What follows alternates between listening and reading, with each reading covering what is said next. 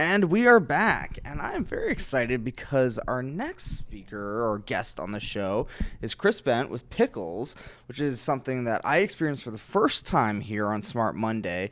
Chris was one of the speakers talking a lot about creativity and how you can unleash the engagement factor using creativity for your events.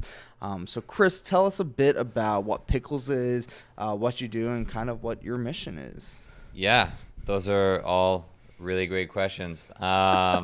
So I really think that creativity is going to be exploding soon with automation, AI, all of these repetitive and mundane tasks and jobs are going to be automated because you're going to have a computer doing them, and that's going to free up a lot of time for people. So we're going to be filling that time maybe with binging Netflix, but hopefully with really doing the things that are unique to humans. We're good at coming up with ideas and innovating and kind of really changing the way things work. And I think with AI, all of that, people are going to have this time and this freedom.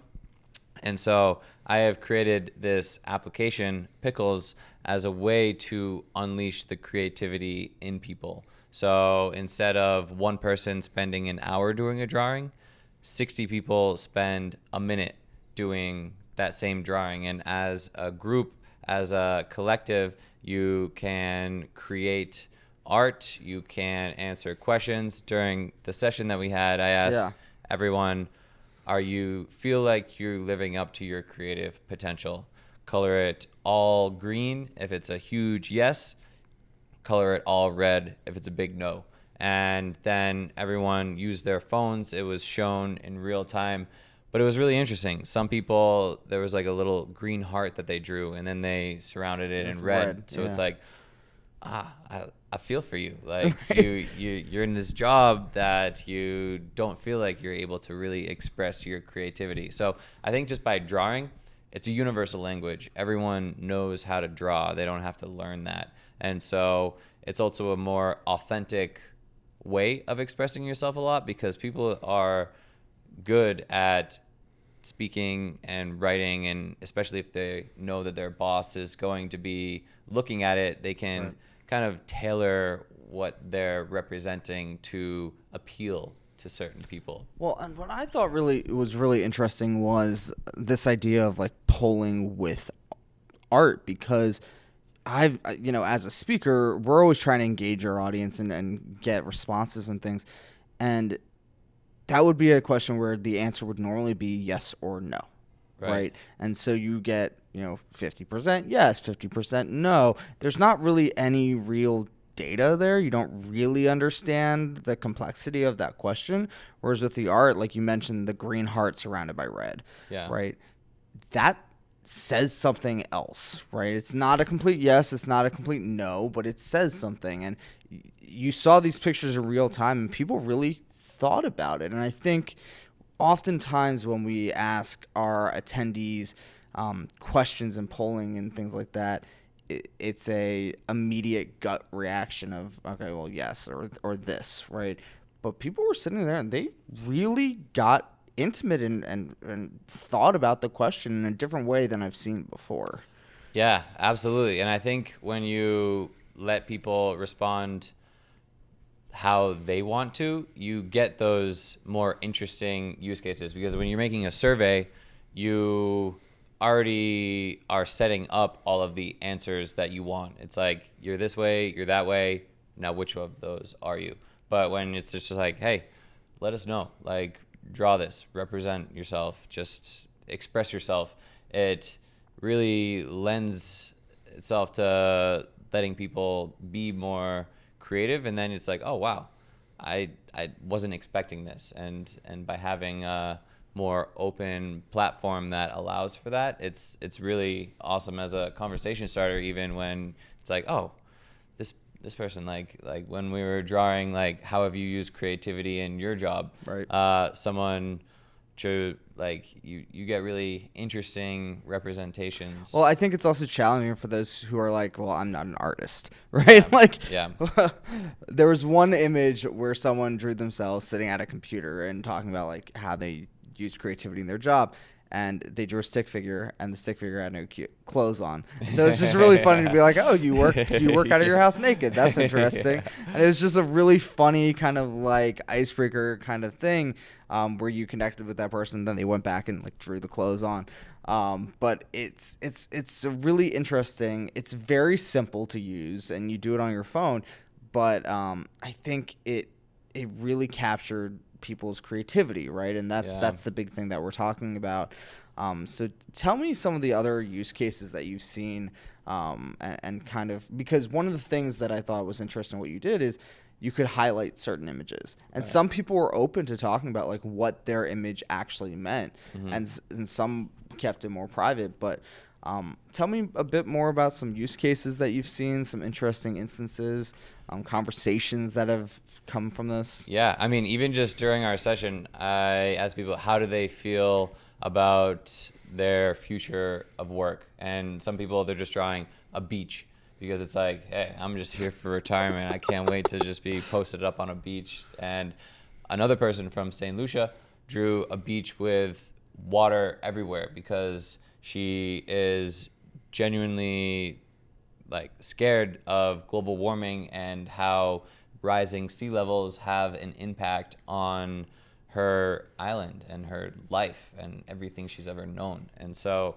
I think it's like really interesting just being able to do that. But in terms, well, I wanted to talk briefly about the whole artist thing. Yeah. Because I am now being referred to as an artist, and I still am a bit uncomfortable with that. I still feel like an imposter because it's like I didn't go to art school.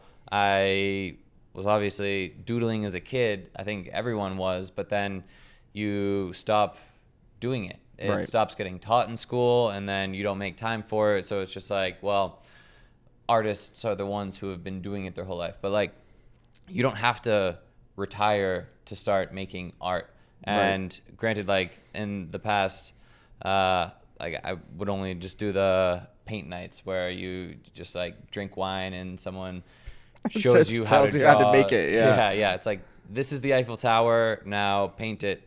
And it really comes down to taking that initiative, I think. And like, anyone can be an artist, anyone can be anything. And that's why kids, they all say that they're artists, but adults, they don't. But it really is a mindset. And if you just embrace just creativity and doing things, I think it's incredibly powerful because it expands to other areas of your life. You just take initiative and you just manifest the ideas that you have. Because I think I mentioned in the talk, the definition of creativity is the use of imagination or original ideas. And the key word is the use. Like, you can't just let things sit in your mind. You have to actually do them.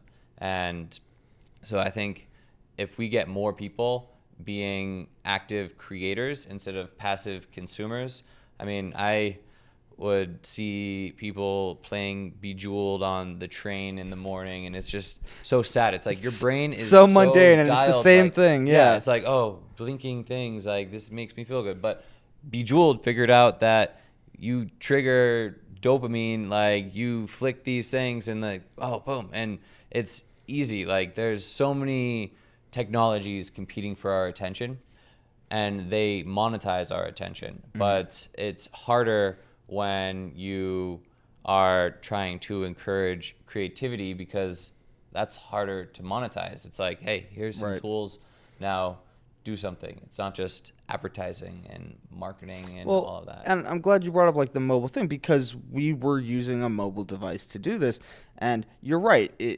It's really hard, and I think another keyword is the original. Right? So there's a game I've been playing where you doodle and you try to beat other people by doodling and getting the AI to guess what you're doodling faster than everyone else. Oh, But it gives you that's two cool. words to draw. So Okay. it's like it'll say nose. Well, okay, now I've had nose 10 times in 10 different games, and I kind of know exactly what they're looking for, where they'll recognize it's a nose. So I'm just doing the same thing. Oh, it's just like Bejeweled doing the same thing over and Yeah. over again. And so I got bored with it very quickly, and there was nothing original, right? I was just drawing a nose. Right. So I think that's a key part of that creativity definition as well. Is that original? Yeah, yeah. And it's hard. And actually in the previous conversation, I think it was really interesting. They're talking about how the best ideas are iterations on what's already existing. Because if you have this out of the box, totally original idea, people can't really latch onto it because it's so foreign. So when you're just like, oh, we're a hotel, but in someone's house, then Airbnb gets started. Right. Uber is just taxis In someone's car. Yeah. So Right. so it's like it's a slight twist on things that really are innovating. So Pickles started out as a collaborative coloring book. This was when obviously like coloring books are fun, they're therapeutic, but instead of doing it alone, you do it with other people. And instead of spending an hour, you spend a minute. So it's more snackable in that sense. And I'm getting back to your previous question about the different use cases, but it's essentially just wherever it benefits to have people actively creating and connecting. So I think phones aren't going anywhere. Right. They are staying here. So we need to have these technologies that we're going to use our phones, we're going to be on our phones, but use them to connect with each other, because most of the time when someone's in their phone, they are disconnected from the world. They are in their feed, whatever they're doing. Checking their email on social media. Yeah. Exactly. But if you can actually use phone, you have those habits that people are already used to, but you're using it as a way of connecting, collaborating. You have these beneficial ways that come from it. I think that's when technology really gets exciting and serves us instead of kind of distracting us and taking us away from really what makes us human.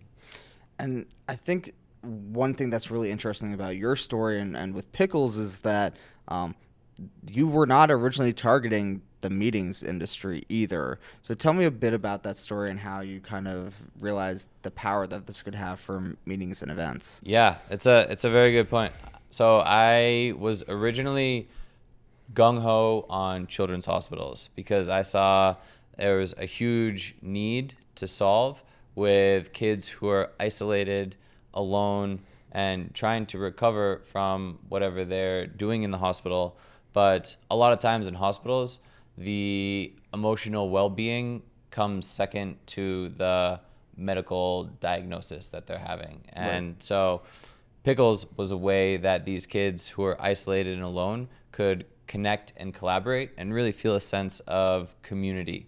And I found that first of all, hospitals, they're slow to innovate. Right. Innovation and hospitals is like not two words that go together, but meetings and events, like it's all about what's happening, what's new, how can we take this to the next level. And so that's why I found it's a great fit being in this industry, because people are always looking for these new technologies, these the next ways. big idea. Yeah. So tell me and the audience at home real quick, one big tip in regards to creativity that you would give a meeting planner. So I would say the biggest tip is just to do new things, to try things, to just not be afraid of failure. Like if you have an idea, then just try it on a small scale. See how it fits. Like do it with 5 people, 10 people, whatever it is.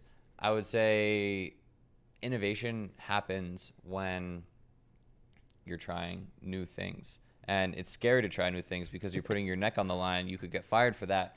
But if you establish this environment where ideas are welcomed and where you can test things and it might fail, because everything is going to probably fail the first time you try it. Yeah, And at some then the point. second time, it's going to fail a little bit less. And you work that way. And so I would say, I mean, it's sad when you see meeting planners who are just like, oh, well, last year was a success, so we'll just do everything the exact same way. It's like, okay, yeah, but that's not, it's not sustainable. Like you're not innovating. And so I think when you see people who are implementing original ideas or having other people's ideas, because they say like good artists steal. Right. Like it's like, yeah, that's a great idea.